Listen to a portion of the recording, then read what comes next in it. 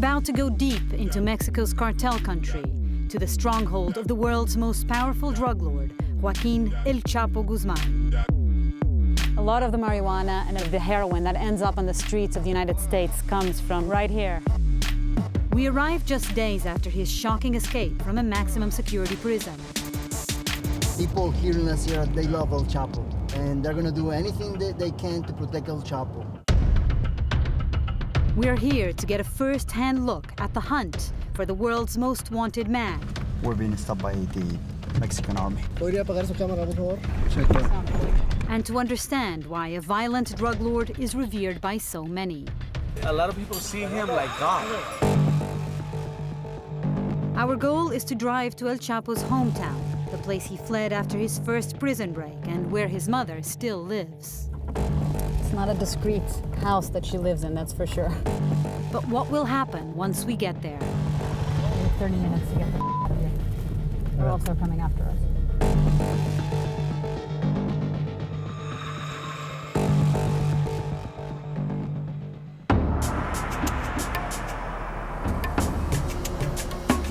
This is Culiacan, the capital of the Mexican state of Sinaloa and stronghold of the Sinaloa cartel, perhaps the most powerful criminal organization in the world.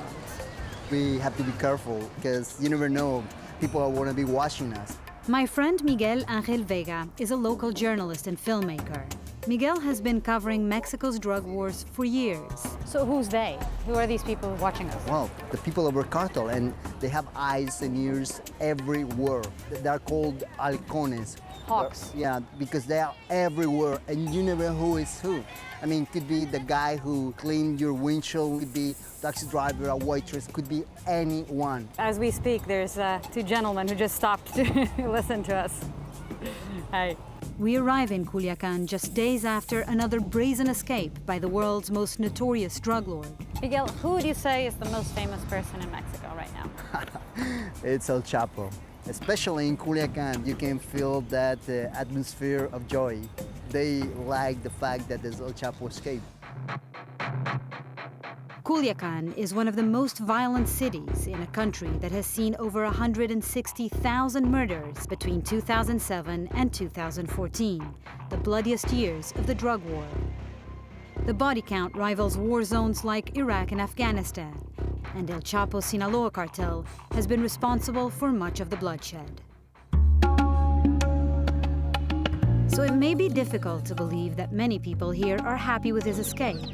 But when Miguel takes me to a local market, we find El Chapo's popularity on full display. They started selling these right after he escaped. ¿Y lo compran también? Yeah, he says that they're popular. And at another shop, we find a man buying all the El Chapo merchandise he can get his hands on. He's from Durango, from the state next to Sinaloa. He owns 2 stores, and he's come here to Culiacan specifically to buy Chapo hats. He says they're very, very popular around there. ¿Verdad? Said he, when he found out that Chapo had escaped, he started yelling, jumping up and down, and drinking shots of tequila. Porque para los americanos, Chapo es el demonio, es el terror. ¿Y aquí? Es nuestro patrón. So it's amazing. I mean, it's very obvious that Chapo is incredibly popular here. You know, people refer to him as a hero. But what's really interesting, too, is that most people actually don't want to talk, and you can sense there's some fear whenever people talk about El Chapo. So it's hard to tell, you know, even if somebody didn't respect El Chapo or, you know, saw him more of a criminal, you get the sense that they wouldn't say it on camera anyway. The support for El Chapo in Sinaloa is probably why the cartel leader found haven here after his first escape from a maximum security prison in 2001, which makes it even more surprising to hear that the people at the market have seen little sign of a manhunt. The only change they say they've noticed is that business is booming. Have you noticed a difference since just the past week since he escaped? Yeah. Really? Yeah. You notice when he was in jail, a lot of people suffer. But for me, I think he gives a lot of jobs to people. There are millions of people who work for him. So when the drug business is going well, Culiacan and Sinaloa in general has more of a cash inflow, and business does better here. Yeah. A lot of people see him like God. El Chapo wouldn't be the first outlaw to achieve a divine-like status here in Sinaloa. So this is the shrine for Jesus Malverde. Jesus Malverde was a bandido, a robber, who many people believe stole from the rich to give to the poor, sort of a Robin Hood of Sinaloa. Malverde has also become the patron saint of narco-traffickers. And even here, alongside Sinaloa's most famous folk hero, there are signs of another one in the making.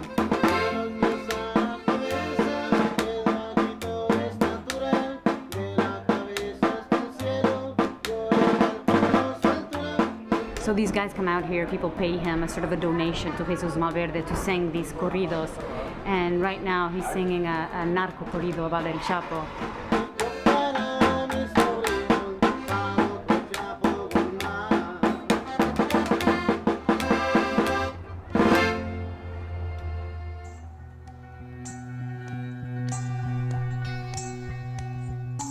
So how can somebody who's responsible for so many deaths be so loved here? We don't have the power of the state. It's so much corruption. People do not trust the government. They believe in figures like this bandolero, this bandit, El Chapo. Before we left the shrine, we decided to ask for a blessing from one outlaw folk hero as we got ready to travel to the hometown of another. We need all the help we can get. We're in Sinaloa, where El Chapo's from. He has enormous support in this area. We're actually heading up to the mountains where he hid the last time he escaped from prison.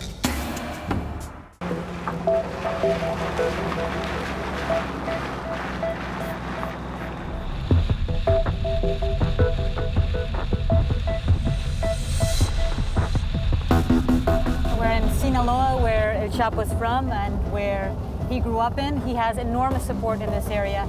We're actually heading up to the mountains where he hid the last time he escaped from prison. People here in La Sierra, they love El Chapo. And they're gonna do anything that they can to protect El Chapo. Either from us, from the government, you name it. And guys, I'm telling you, don't be surprised if we find people that work for the cartel. They might stop us and ask us questions. Where are you going? What do you want? Who are you going with?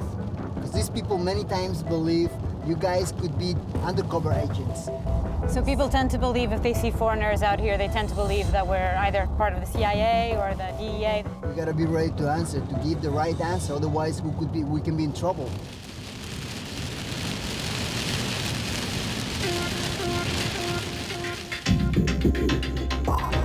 As we head deep into the mountains of Sinaloa, we are curious to see what Mexican authorities are doing here to catch El Chapo, the head of the most powerful criminal organization in the world. And we want to see if we can make it all the way to El Chapo's hometown, where his mother still lives. La Tuna is this little village where El Chapo was born. We're gonna see how lucky we are to get out there. After driving through torrential rains, we enter the heart of what's known as the Golden Triangle, for generations the main source of drug production in Mexico. Wow, I mean, look at how beautiful this is. So here you go, the mountains of Sinaloa. I mean, apart from this being incredibly beautiful, you can sort of see how easy it is for someone to hide here. And also, a lot of the marijuana and heroin that ends up on the streets of the United States comes from right here. And this is where the power of the Sinaloa cartel and El Chapo himself comes from.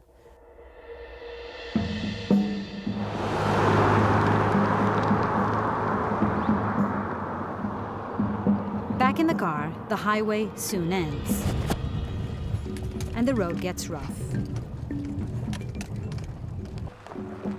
There is little sign of infrastructure or the state's presence. We cross rivers. Sometimes we even drive in rivers. In this secluded place, it's easy to see how the drug trade would thrive,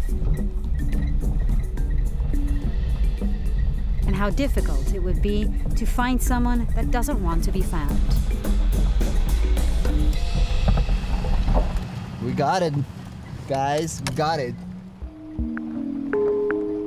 Finally, we reach the small town of San José de Llano. Hola, buenas tardes. It's Hola. an isolated village, wary of outsiders.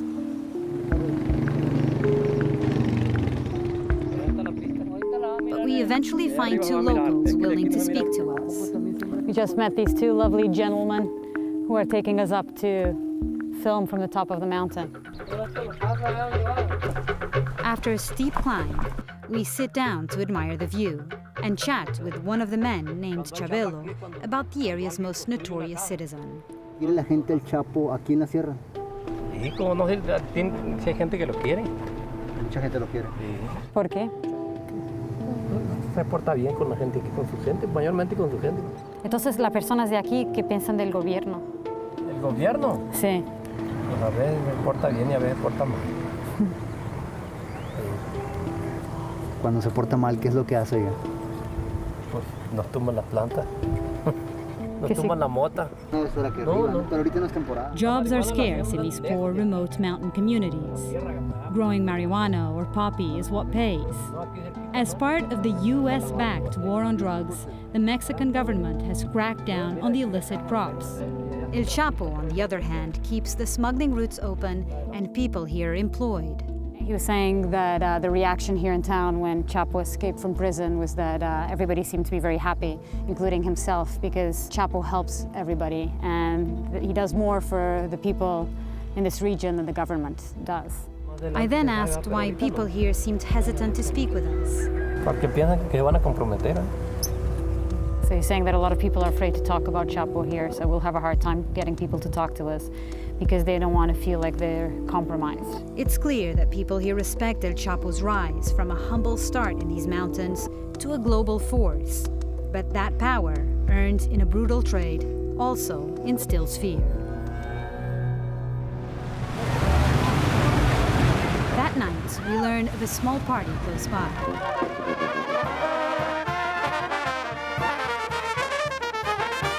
And it's not long before we find ourselves in the middle of a dance party in the Golden Triangle. As we dance, it's hard not to notice the big trucks, designer bags, and fancy jewelry. This in a remote and poor region, lacking any industry other than the one that El Chapo reigns over. Here, in the heart of Sinaloa cartel territory, there seems to be little concern about a manhunt.